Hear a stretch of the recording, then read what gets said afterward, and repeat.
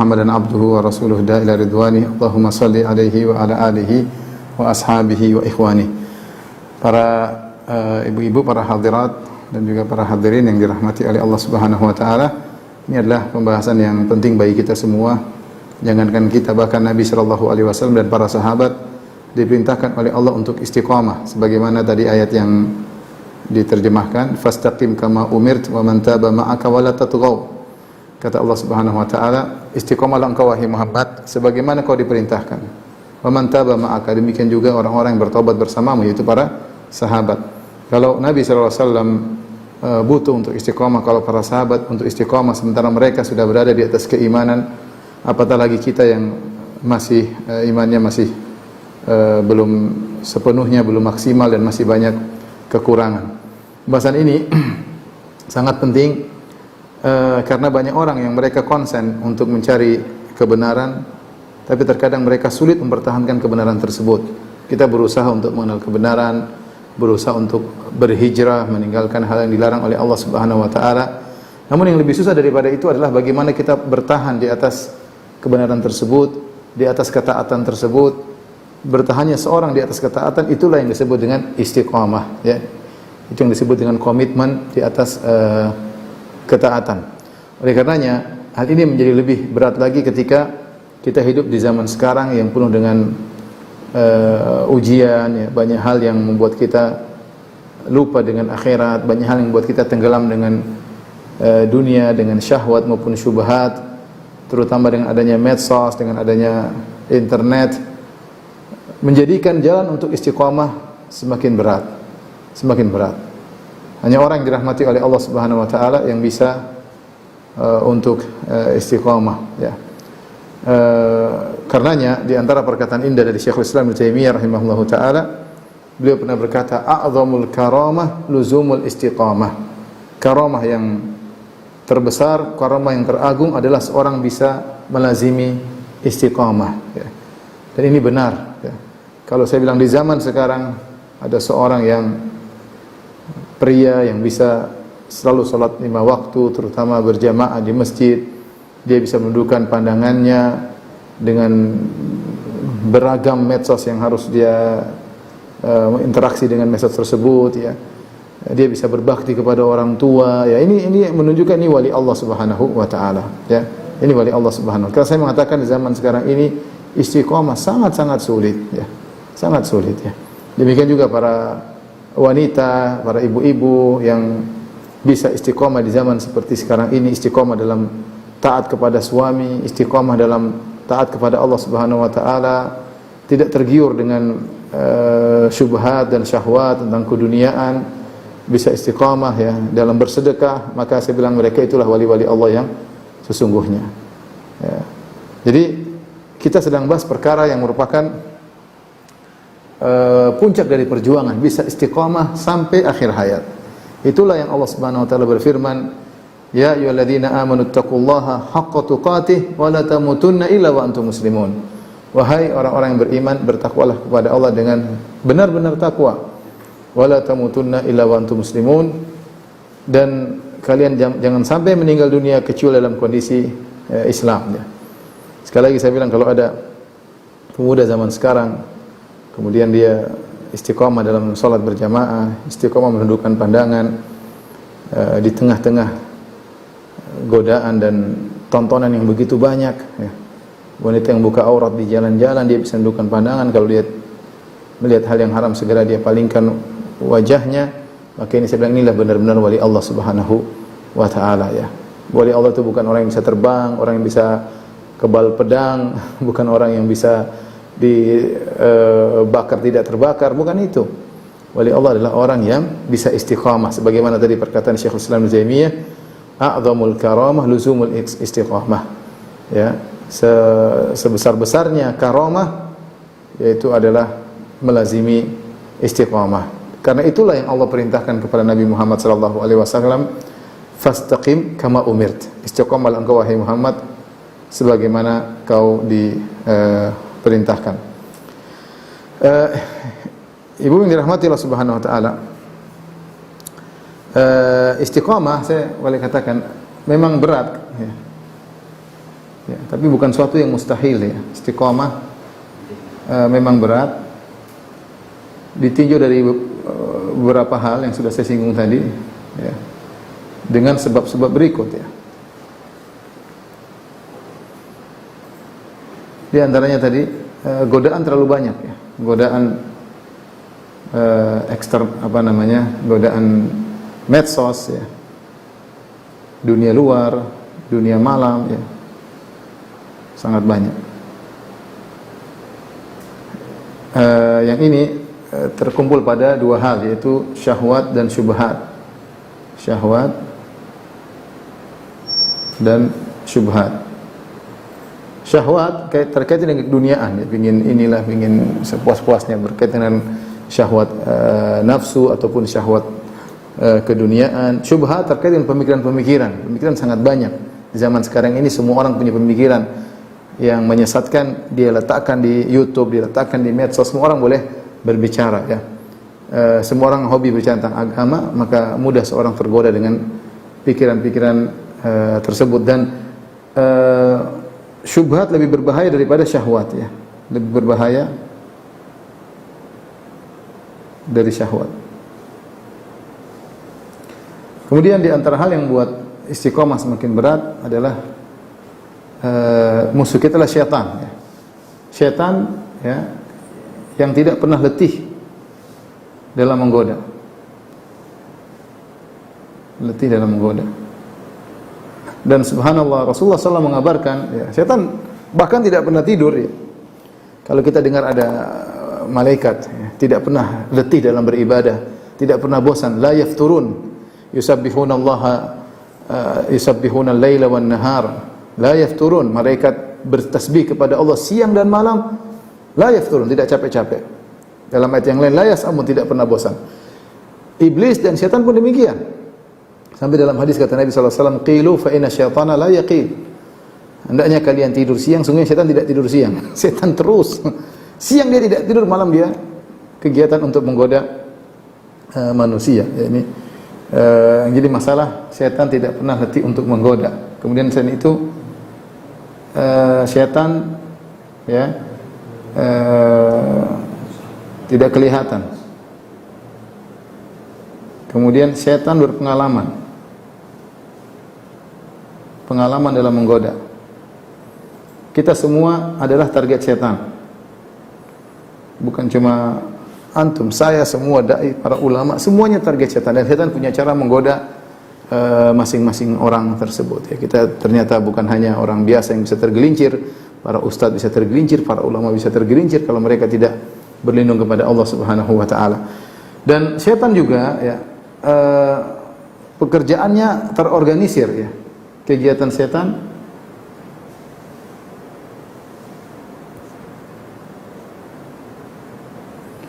saya bacakan dalam hadis ya, dalam satu hadis menunjukkan bagaimana syaitan tidak pernah letih dan dia menghalangi manusia dari seluruh jalan kebaikan.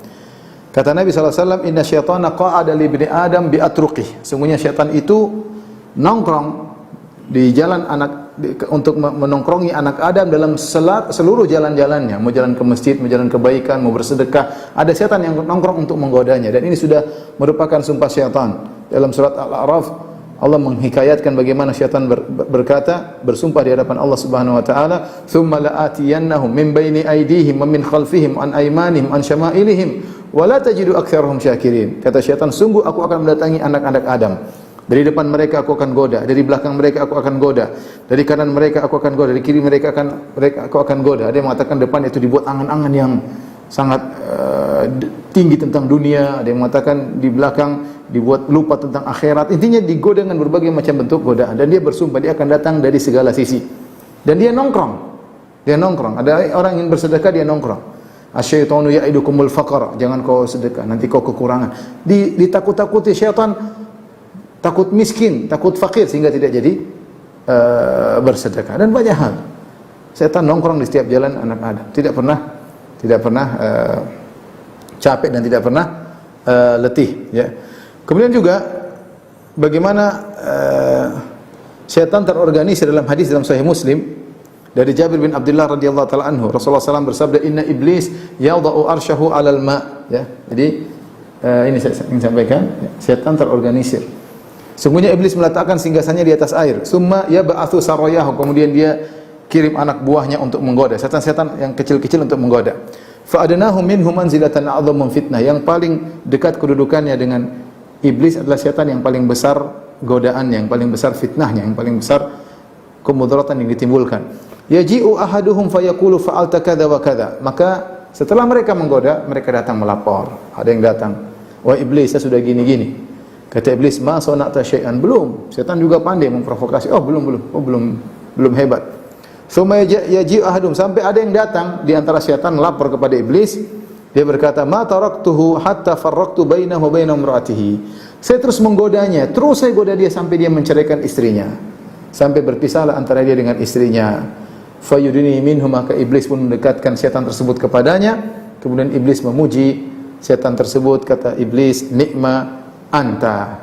Ente setan yang hebat. Jadi setan juga terorganisir dan dia memberi apresiasi kepada setan yang berhasil menggoda ya. Dalam riwayat yang lain, setan lebih lagi, dia mengatakan ya, kata Nabi sallallahu alaihi wasallam, "Idza asbaha iblis batha junudahu." Ya. Setan ketika di pagi hari maka dia mengirim anak buahnya. Laporan harian, kegiatan harian. Dia mengatakan, "Man adallal yawma musliman albastuhu taja." Siapa yang bisa menyesatkan seorang muslim, hari ini aku akan pakaikan dia mahkota. Maka setan ini keluar. Sampai akhirnya satu setan berkata, "Lam azal bihi hatta talaqa imra'atahu." Saya terus menggodanya sampai dia ceraikan istrinya. Setan bilang apa? "Ausyaka an yatazawwaj." Bisa jadi dia nanti menikah lagi. Percuma godaan. Wa yaji'u fa yaqulu lam azal bihi hatta aqwalidayhi. Satu lagi setan lapor, "Wahai iblis, saya tadi goda dia sampai dia durhaka kepada kedua orang tuanya." Kata iblis, "Ausyaka an yabar." Bisa jadi dia nanti berbakti lagi, taubat. Ya. Sampai ada yang datang, "Lam azal bihi hatta asyrak." Aku terus goda dia sampai dia berbuat syirik kepada Allah Subhanahu wa taala. Fa yaqulu anta. Iblis bilang, "Ente setan yang hebat, bisa bikin orang syirik." Lihat zaman sekarang betapa banyak syirik atas nama budaya. Waliyadzubillah, syirik atas nama budaya yang harus dilestarikan. Kesyirikan dibilang budaya yang harus dilestarikan. Ya, setan menggoda. Dari sini tahu bahwasanya istiqomah bukan perkara yang mudah ya. Karena ada setan yang menggoda. Ini semua faktor, kalau kita katakan ini faktor eksternal. Godaan faktor eksternal.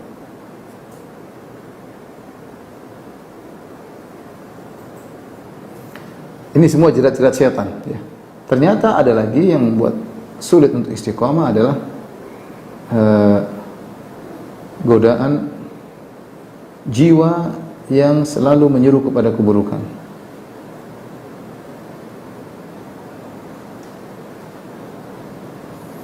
Allah Subhanahu wa taala mensifati jiwa dengan inna nafsa la ammaratun bisu. An-nafs, kata Allah Subhanahu wa taala, la ammaratun bisu'i illa ma rahima rabbi. Jiwa selalu menyuruh kepada keburukan. Dalam surat Yusuf.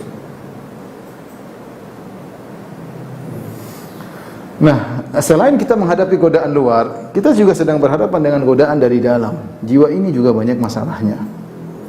Ingin tampil, ingin dipuji, ingin disanjung, ingin syahwat, macam-macam. Makanya Nabi SAW tidak hanya berlindung dari luar, tapi berlindung juga dari keburukan jiwa. Ya, tadi mukadimah yang disampaikan oleh ibu tadi, wa na'udzubillahi min syururi anfusina, dan kami berlindung kepada Allah dari keburukan jiwa-jiwa kami. Ya, kami berlindung dari keburukan jiwa-jiwa kami. Di antara doa atau zikir pagi petang, Nabi SAW berdoa, Allahumma fatiras samawati wal ard, alimal ghaibi wasyahada, rabb kulli syai'in malik, asyhadu an la ilaha illa anta, a'udzubika min syarri nafsi wa syarri syaitani wa syirkih. Ya Allah, aku berlindung kepada Engkau dari buruknya jiwaku dan dari buruk setan dan jerat-jeratnya.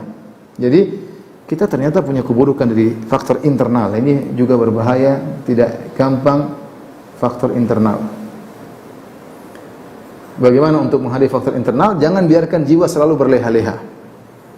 Orang yang suka selalu dengar musik, dia membiasakan dirinya untuk berleha-leha. Nanti suatu saat dia terjebak dengan syahwat dalam dirinya, dia mudah terjebak ya. Orang satu membiasakan jiwanya untuk menonton yang tidak menonton macam-macam, dia melehah-lehahkan jiwanya ya.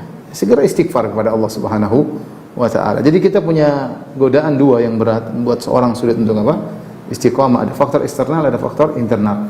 Kemudian yang menjadikan berat istiqamah di antaranya jalan keburukan banyak.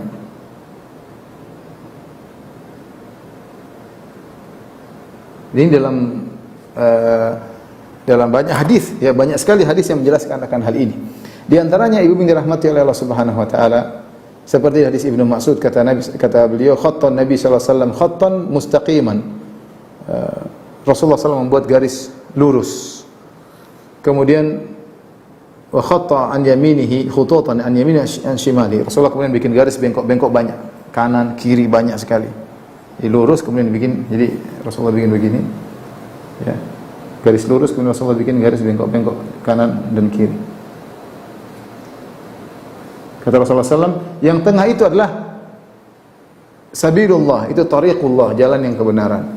Adapun yang kanan kiri adalah jalan-jalan syaitan. Jadi jalan keburukan banyak. Kata Allah Subhanahu wa taala, "Wa anna hadza sirati mustaqiman fattabi'uhu wa la tattabi'us subula fatafarraqu bikum an sabilihi." Ini jalanku yang lurus, maka ikutilah, dan jangan kalian menyimpang ke jalan-jalan yang banyak, akan buat kalian tersimpang dari jalan yang lurus. Sebenarnya mengenal kebaikan itu mudah. Kita ada jalan itu di atas Al-Qur'an dan Sunnah. Tapi banyak orang yang kepo, pingin tahu, pingin nengok jalan ini, pingin nengok jalan itu, terjebak. Ketika terjebak sulit untuk kembali. Maka di antara jalan istiqomah, jangan kita spekulasi masalah agama. Tahu jalan yang lurus, jangan coba-coba mengenali jalan keburukan. Ya, kalau kita tidak terbimbing, kita bisa terjebak dan akhirnya kita bisa tersesat ya. Demikian dalam satu hadis juga Rasulullah SAW gambarkan bagaimana semacam jembatan. Rasulullah gambarkan ini adalah jalan lurus, yaitu Islam. Ala jambatai sirat, di atas jembatan tersebut ada surani, ada tembok-tembok, ada pagar. Yang di pagar tersebut ada abwab maftuha, ada pintu-pintu. Ada pintu-pintu, itu semua pintu keburukan. Jalan satu, di samping ada dua dinding, dan dinding tersebut ada pintu-pintu. Walal abwab sutur murkhah, dan di antara pintu-pintu tersebut ada kain gorden yang terjulurkan, sehingga orang pingin buka gorden tersebut. Setiap dia ingin buka, maka ada yang menasihati dari jalan tersebut. Ya Abdullah, la taftahu, innaka in taftahu talijhu. Seorang memberi nasihat, wahai fulan, wahai Abdullah, wahai hamba Allah, jangan kau buka gorden tersebut, jangan kau buka tirai tersebut. Kalau kau buka tirai tersebut, kau pasti masuk. Di sini Rasulullah menggambarkan bagaimana godaan sangat berat, dan orang tuh kepo, pingin tahu. Apalagi kita sudah masuk di dunia internet, orang pingin tahu ini, pingin tahu ini, pingin tahu, terjebak, sehingga berubahlah fitrahnya, tiba-tiba gaya hidupnya berubah, terjebak, mau diapain ya? Dan begitu mudah maksiat seperti membuka tirai. Tirai bukan pintu yang keras yang ada gemboknya, enggak, kata Nabi, seperti tirai yang terjulurkan tinggal dibuka. Di antara yang menjadikan istiqamah sulit di antaranya karena istiqamah adalah bertahan ya.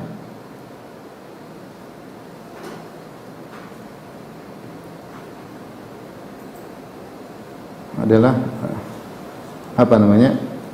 Bertahan atau komitmen. Ini terkadang orang bosan. Ini jadi masalah, orang bosanan, manusia itu bosanan. Begini-begini terus, pengin satu variasi ya. Ketika dia variasi ini, terkadang dia terjerumus. Padahal di atas istiqomah dia bahagia. Tapi manusia punya sifat jemu. Kapan? Dan kalau dia jalan terus istiqomah, dia akan sampai pada ujung yang baik. Tapi ketika dia tidak sabar, akhirnya dia ingin variasi, lihat sana, lihat sini, akhirnya dia terjebak. Ini di antara ibu dirahmati Allah Subhanahu wa taala, hal-hal yang menjadikan memang istiqomah bukanlah perkara yang mudah ya, butuh perjuangan untuk bisa istiqomah. Dan yang membutuhkan istiqomah bukan kita semua, saya butuh istiqomah ya. Tidak mudah istiqomah ya, istiqomah di atas keikhlasan, tidak mudah istiqomah di atas dakwah, tidak mudah istiqomah tatkala diganggu orang atau dihina orang. Ini semua butuh perjuangan ya. Kita semua berjuang Kata Allah, wala tamutunna illa wa antum muslimun, dan janganlah kalian meninggal dalam kondisi beriman. Taib, ada sekitar beberapa kiat-kiat agar kita bisa istiqamah ya. Sudah ya?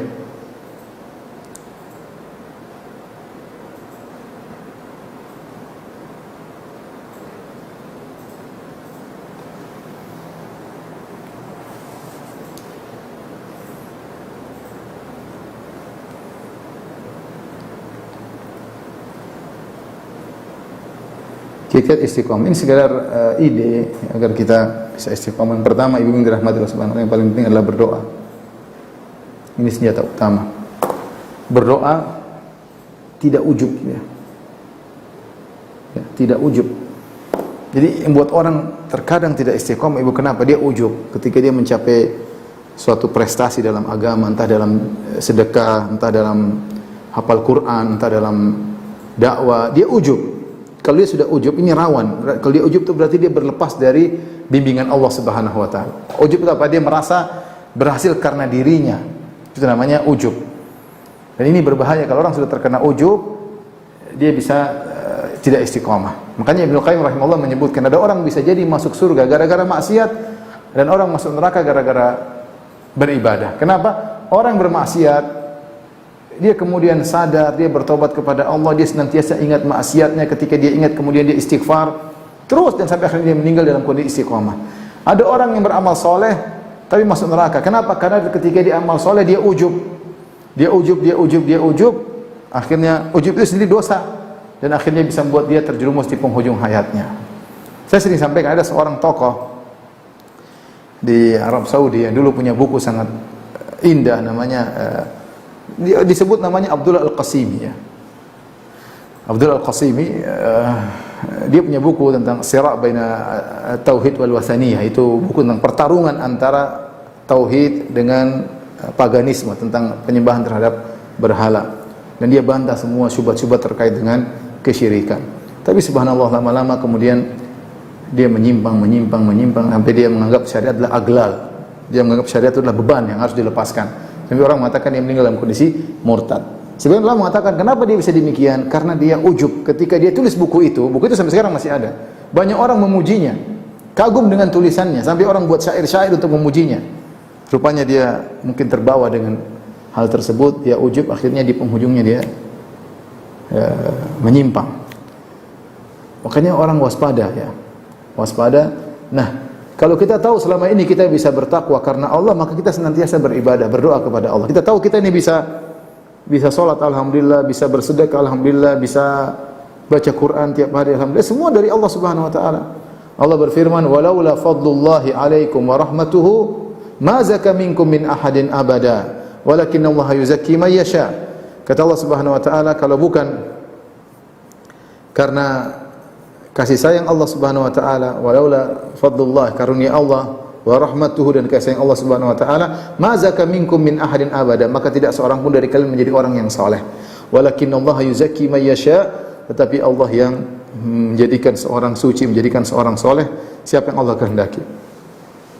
Oleh karenanya para penghuni surga ketika mereka masuk surga, yang mereka ucapkan, alhamdulillahilladzi hadana li hadza wa ma kunna linahtadiya laula an hadanallah. Kata mereka, segala puji bagi Allah yang telah memberikan kami petunjuk ini, dan kami tidak bisa dapat petunjuk kecuali kalau bukan Allah memberi petunjuk kepada kami. Tidak ujub, tidak mengatakan, tuh lihat saya dulu hebat karena saya beramal. Tidak, dia bilang ini semua hidayah dari Allah Subhanahu wa taala. Kita ini bisa alhamdulillah bisa berhijab, bisa ya kita bisa taat kepada suami, kalau para ibu-ibu, kita bisa berbakti kepada orang tua, kita bisa menjalin hubungan dengan kerabat. Ini semua karunia Allah. Karunia Allah tidak kasih karunia, kita nggak bisa melakukan itu semua. Maka kita berdoa kepada Allah agar kita diistiqomahkan. Di antara doa-doa tersebut banyak ya, doa-doa. Di antara doa-doa yang pertama adalah ihdinas siratal mustaqim. Ini doa yang sangat penting. Ihdinas siratal mustaqim. Kalau kita lagi sholat, baca dengan serius, ya Allah tunjukkanlah kami jalan yang lurus. Karena makna dari ihdinas siratal mustaqim, jadi kita sholat itu, kita baca alhamdulillahirrahmanirrahim, arrahmanirrahim, maliki yaumiddin, iyyaka na'budu wa iyyaka nasta'in. Nah ini semua muqaddimah. kita memuji Allah, menyanjung Allah, sampai kita menuju pada permohonan kita kepada Allah. Ihdinas siratal mustaqim, tunjukkanlah kami jalan yang lurus.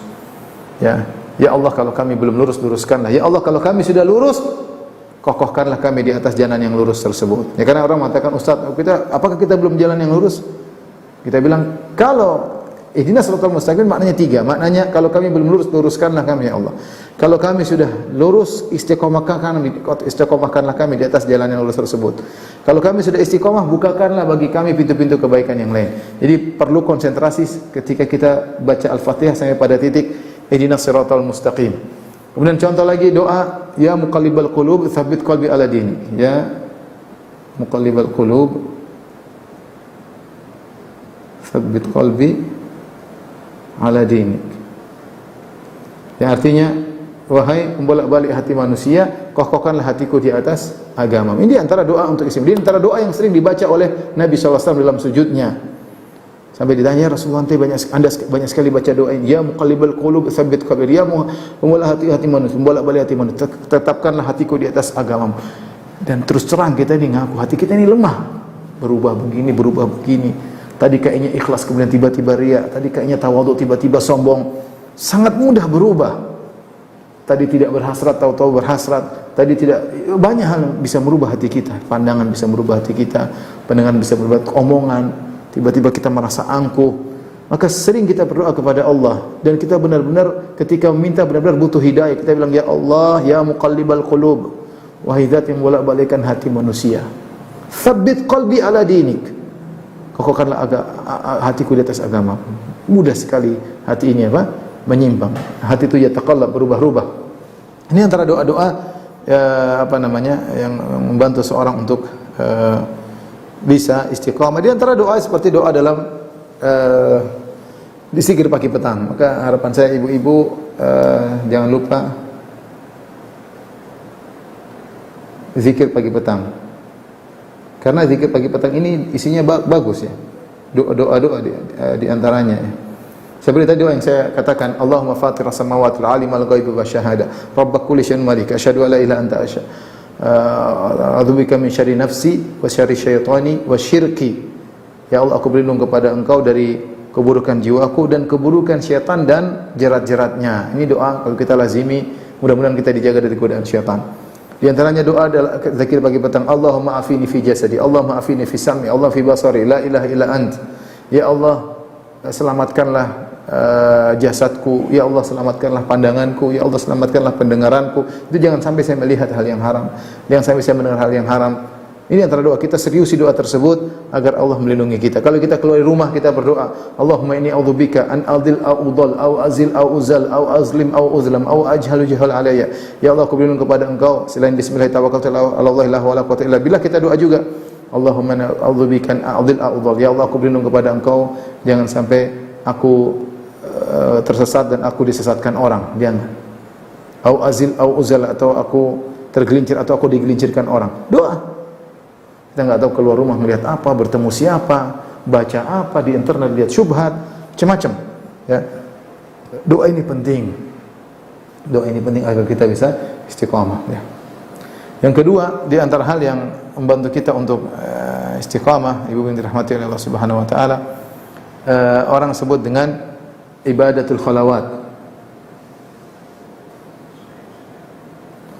Ibadah-ibadah bersendirian. Ini sangat kita perlukan untuk membersihkan jiwa kita agar kita bisa istiqomah. Makanya di antara surat-surat yang pertama kali turun kepada Nabi sallallahu alaihi wasallam adalah surat Al-Muzammil. Ya ayyuhal muzammil qumil laila illa qalila.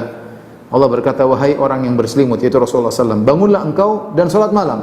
Ini termasuk surat-surat yang pertama kali turun di awal dakwah Nabi di kota Mekah. Sampai para sahabat ikut Nabi salat malam. Kenapa? Kalau bahasa saya, orang yang salat malam, charger imannya begitu cepat, begitu kuat. Dia di esok hari menghadapi banyak kegiatan yang bisa menyimpangkan imannya, yang bisa membuat dia futur, bisa membuat dia berubah. Tapi kalau dia malam dia charger, terutama di waktu sepertiga malam terakhir dia bangun untuk salat malam, kemudian dia menangis, mengadahkan kedua tangannya, kemudian dia minta pertolongan kepada Allah, akan berikan dia pertolongan. Seperti pernyataan seorang penyair, labistu thawbar raja wan nasu qad raqadu. Aku memakai pakaian harapan sementara orang sedang tidur. Berdoa cari muka di hadapan Allah. Allah turun di langit dunia dan Allah bertanya, hal min mustaghfirin fa aghfirlah. Apakah ada hambaku yang beristighfar aku akan ampuni? Hal min da'in fa astajibalah. Apakah ada hambaku yang berdoa akan aku kabulkan? Hal min sa'il fa utiya su'la. Adakah hambaku yang memohon akan aku kabulkan permohonannya? Allah sedang mencari hamba saatnya Anda cari muka. Bangun, orang semua tidur. Rasulullah SAW bersabda, "Shallu bil laili wan nasu niyam tadkhul jannata bisalam." Salatlah kalian di malam hari ketika orang sedang tidur, niscaya kalian masuk surga dengan penuh keselamatan. Ini contoh ibadah bersendirian. Inilah ibadah yang membedakan kita dengan orang-orang munafik. Orang munafik itu kalau ibadah pinginnya dilihat. Yura'unan nas, kata Allah, mereka sifatnya riya. Wala yadhkurunallaha illa qalila. Mereka tidak berzikir kepada Allah kecuali cuma sedikit. Nabi mengatakan athqalus salawat al munafiqin salatul isya wa salatul fajr. Salat yang paling berat bagi orang munafik salat subuh dan salat isya. Kenapa? Karena subuh dan isya gelap. Mereka tidak mau datang, kalau enggak datang pun tidak ketahuan. Tapi kalau salat zuhur, asar, maghrib mereka semangat karena mereka ingin dilihat. Karena mereka ingin. Jadi latih diri kita untuk ibadah tatkala kita bersendirian. Kalau sedekah enggak usah ngomong sana sini, enggak usah bunyi. Yang penting kita transfer, enggak usah bunyi. Yang penting transfer, Allah Maha tahu, sudah tercatat. Selesai. Tidak usah cerita sana, cerita sini. Enggak usah. Ibu-ibu kalau ada yang berbakti sama suami, enggak usah cerita saya, sama suami saya serius, enggak perlu cerita. Biarkan Allah yang tahu saja. Itu ibadah yang agung, bukan untuk dibangga-banggakan. Ya. Biasakan kita ibadatul khalawat, ibadah sini malam-malam kita bangun baca Quran. Kita berzikir. Orang sedang sibuk-sibuk kita zikir pagi petang. Nikmat ibu ini rahmati Allah Subhanahu wa taala. Ini ibadah yang bantu kita untuk bisa istiqamah. Ya. Kenapa? Karena Rasulullah mengabarkan ada seorang, inna ahadakum la ya'malu bi amali ahli jannah fima yabdun nas wa huwa min ahli nar. Ada di antara kalian yang dia melakukan amalan penghuni surga, ternyata dia penghuni neraka. Kok bisa? Dia amal soleh dia penghuni neraka. Disebutkan fima yabdulin nas. Dia melakukan amal soleh menurut penglihatan orang. Artinya dia ada kemunafikan dalam dirinya. Dia riya dan yang lainnya. Sampai akhirnya di penghujung hayatnya fayamalu bi amali ahli nar fayadkhuluha. Di penghujung hayatnya dia tahu berubah, melakukan maksiat, kemudian dia masuk neraka jahannam. Jadi ibadah sendirian ini, ibadatul khalawat, ini diantara hal yang membantu kita untuk bisa istiqamah karena kita terbiasa bertaqarrub, beribadah kepada Allah meskipun tidak ada yang lihat. Salat malam, makanya Nabi mengatakan afdhalus salawati ba'dal fardhah salatul abdi fi jawfil lail, as-salat fi jawfil lail. Salat terbaik setelah salat fardu adalah salat di tengah malam. Tapi di antara hal yang bantu kita untuk istiqamah adalah memperbanyak amal sunnah.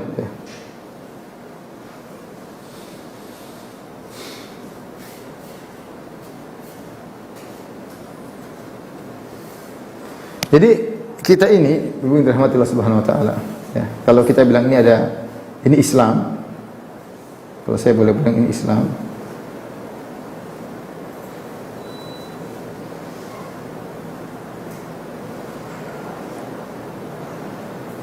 nah, maka Islam itu ya dikelilingi oleh perkara yang wajib, di benteng wajib, benteng perkara-perkara wajib. Kemudian di luar benteng perkara wajib ada perkara-perkara sunnah.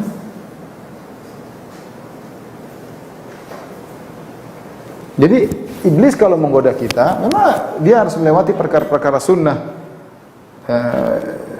Dia membuat orang meninggalkan. So kalau kita perkara sunnahnya kuat, iblis susah untuk menggoda. Terlebih lagi Allah menjelaskan bahwasanya orang yang sering melaksanakan perkara sunnah akan dijaga oleh Allah Subhanahu wa taala. Kata Allah Subhanahu wa taala, "Wala yazalu 'abdi yataqarrabu ilayya bin nawafil hatta uhibbah." Senantiasa hamba-Ku mendekatkan dirinya kepadaku dengan perkara-perkara sunnah sampai aku mencintainya. Fa idza ahbabtuhu kuntu sam'ahu alladhi yasma'u bihi wa basarahu alladhi yubsiru bihi wa yadahu allati yabtushu biha wa rijluhu allati yamshi 'alaiha. Kalau aku sudah mencintainya, aku akan menjadi penglihatannya, pendengarannya, tangannya, kakinya. Kata para ulama, itu semuanya dibimbing oleh Allah. Dia tidak melihat kecuali yang baik, dia tidak mendengar kecuali yang baik, dia tidak melangkah kaki kecuali yang baik, dia tidak memegang kecuali yang baik, ya. Kapan? Ketika dia memperbanyak amal sunnah yang menunjukkan dia cinta kepada Allah dan cinta kepada Rasulullah sallallahu alaihi wasallam. Ketika itu Allah akan membimbing dia, membimbing penglihatannya, pendengarannya, dan sehingga dia terjaga dari hal-hal yang buruk. Contoh perkara yang hendaknya diperhatikan agar bisa istiqomah, ini juga tidak kalah penting, berteman selektif dalam memilih teman. Dalam memilih teman.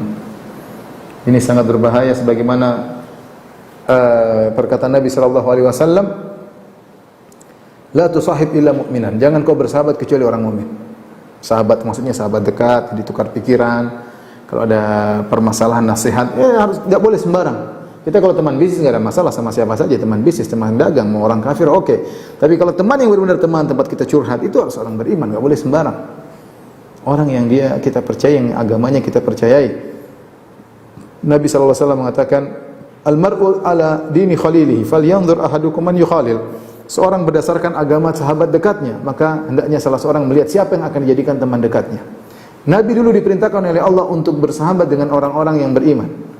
Wasbir nafsaka ma'al ladzina yad'una rabbahum bil ghadati wal ashiri wajha. Kata Allah Subhanahu wa taala, sabarkanlah dirimu wahai Muhammad bersama orang-orang yang menyeru berdoa kepadaku bil ghadati wal ashi, di pagi dan sore hari. Jadi kita ini butuh sabar, punya teman-teman yang saleh dan soleha. Punya teman soleha sabar, meskipun dia punya kekurangan, dia soleha, kita sabar. Berteman dengan orang-orang soleh ini membantu kita untuk istiqamah. Karena kalau kita salah dia tegur. Kalau kita sembarang dalam bersahabat, hati-hati. Ya, perkataan para pepatah Arab, as-sahibu sahib.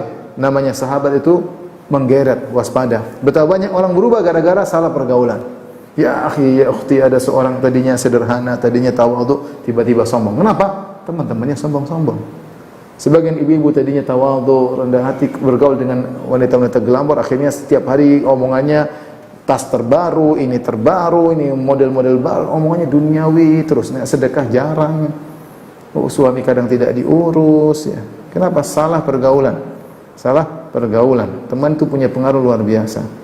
Dan orang kemudian jadi sombong, menjadi rendah hati. Kenapa? Dia bergaul dengan wanita yang sederhana, yang kalau ada rezeki maka dia sedekahkan di jalan Allah Subhanahu wa taala, yang tidak terpedaya hanya sekedar casing tampilan luar, tapi memperhatikan isi hatinya juga. Intinya teman tidak sembarang, baik laki-laki maupun perempuan. Teman punya pengaruh yang luar biasa, ya. Tapi di antara hal-hal yang membantu seorang untuk bisa istiqamah, ya, jauhi, yang kelima, jauhi sebab-sebab maksiat. Kita ini ngerti, ya, kata Abu Darda, ya, bahwasanya di antara kecerdasan seorang, ya, dia mengetahui kapan imannya naik, kapan imannya turun, ya. Min fiqhir rajul, di antara kefakihan seorang, dia tahu kapan imannya naik, kapan imannya turun. Demikian ibu juga tahu, kalau dia begini dia tahu imannya naik, kalau dia begini tahu imannya turun. Dia tahu hal-hal yang buat imannya turun, jauhi. Jangan dia coba-coba dekati.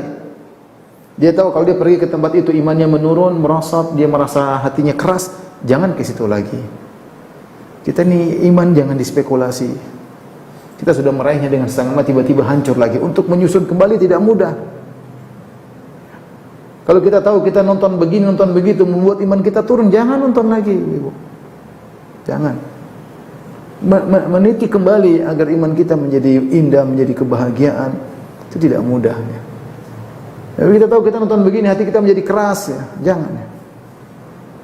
Saya sering bilang, sebagian orang menyangka kalau dia nonton lawakan-lawakan, acara lawak, acara ini, kemudian dia merasa dia bahagia. Tidak, hati dia menjadi keras, terbahak-bahak terus. Yang kata Nabi SAW, la tukthirud dhahik, jangan perbanyak tertawa. Ya, fa inna kathratad dhahik tumitul qulub. Atau kama qala Nabi SAW, banyak ketawa itu membuat hati itu mati.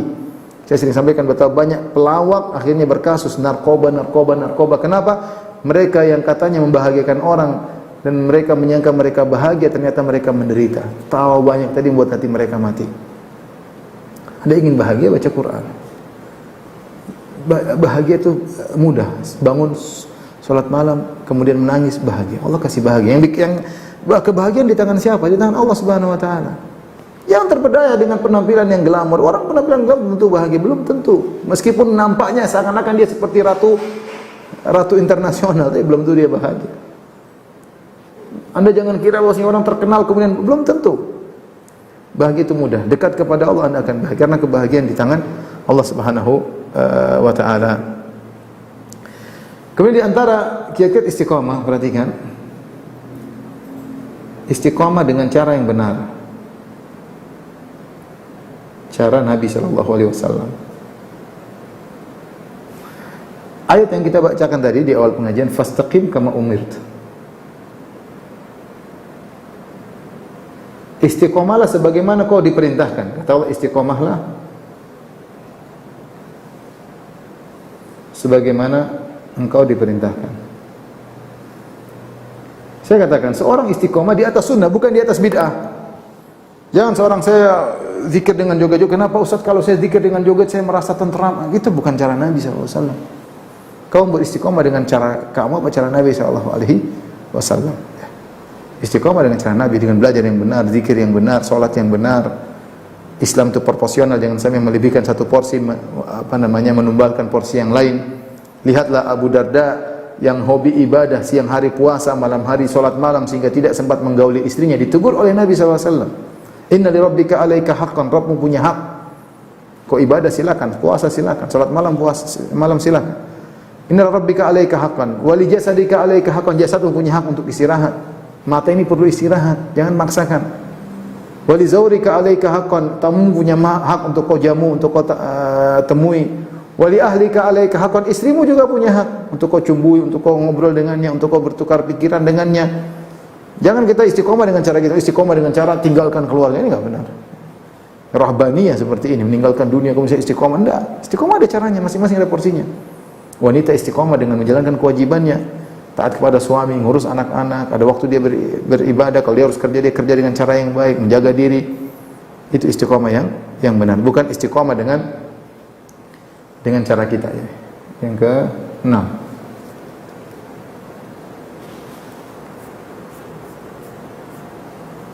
Di antara cara istiqomah adalah menjaga lisan.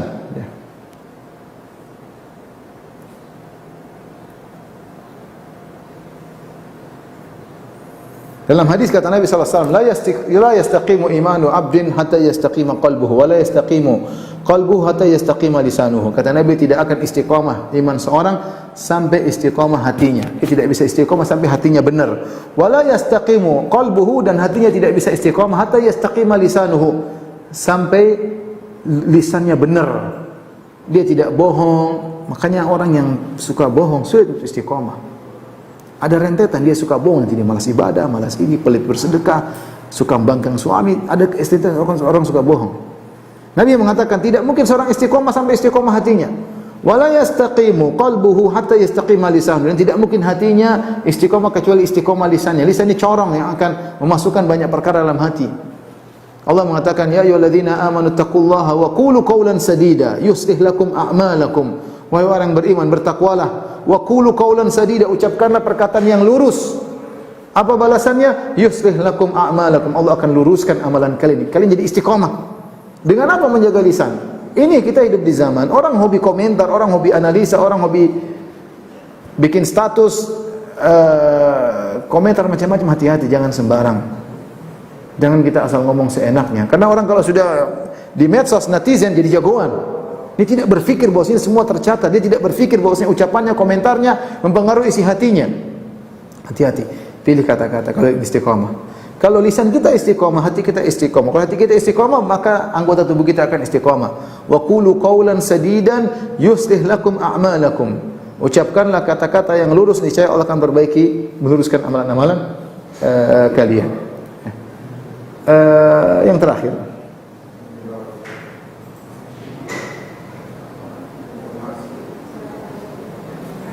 Yang terakhir adalah jika berdosa istighfar. Segera istighfar. Jangan nunda.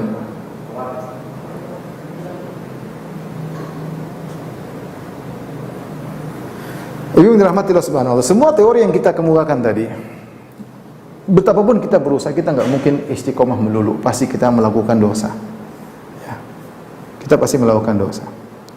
Allah telah mengatakan fastaqimu ilaihi wastaghfiruh. Istiqomalah kepada Allah dan istighfarlah. Kenapa Allah setelah menyebutkan istiqomah Allah suruh istighfar?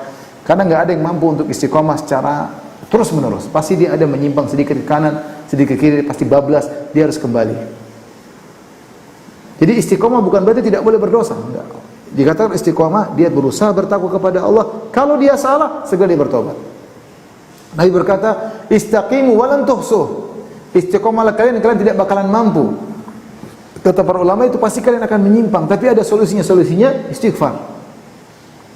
Kalau hati kita menyuruh untuk bermaksiat, pingin nonton ini, pingin dengar ini, segera istighfar, astagfirullah. Hati kita ada masalah berarti. Perbanyak istighfar, astagfirullah, astagfirullah, astagfirullah, astagfirullah. Ingat akhirat, dunia cuma sebentar. Kita rebut-rebutan mengumpulkan perkara yang akan kita tinggalkan. Dunia cuma sebentar ya. Oleh karenanya dengan banyak istighfar mudah-mudahan kita bisa istiqomah. Inilah ibu yang dirahmati Allah Subhanahu wa taala, sedikit yang saya sampaikan. Perkara yang tidak semudah yang dibayangkan, tapi mudah bagi yang Allah mudahkan. Mudah bagi yang Allah mudahkan. Tinggal kita banyak minta kepada Allah Subhanahu wa taala dengan mengingat bahwasanya la aisha illa aishul akhirah, tidak ada kehidupan yang sungguhnya kecuali kehidupan akhirat. Wa inna daral akhirata lahiyal hayawan. Kehidupan dunia adalah permainan sedang gurau dan kehidupan sungguhnya adalah kehidupan apa? Akhirat. Ingat ayat-ayat tersebut sehingga kita mudah untuk istiqamah.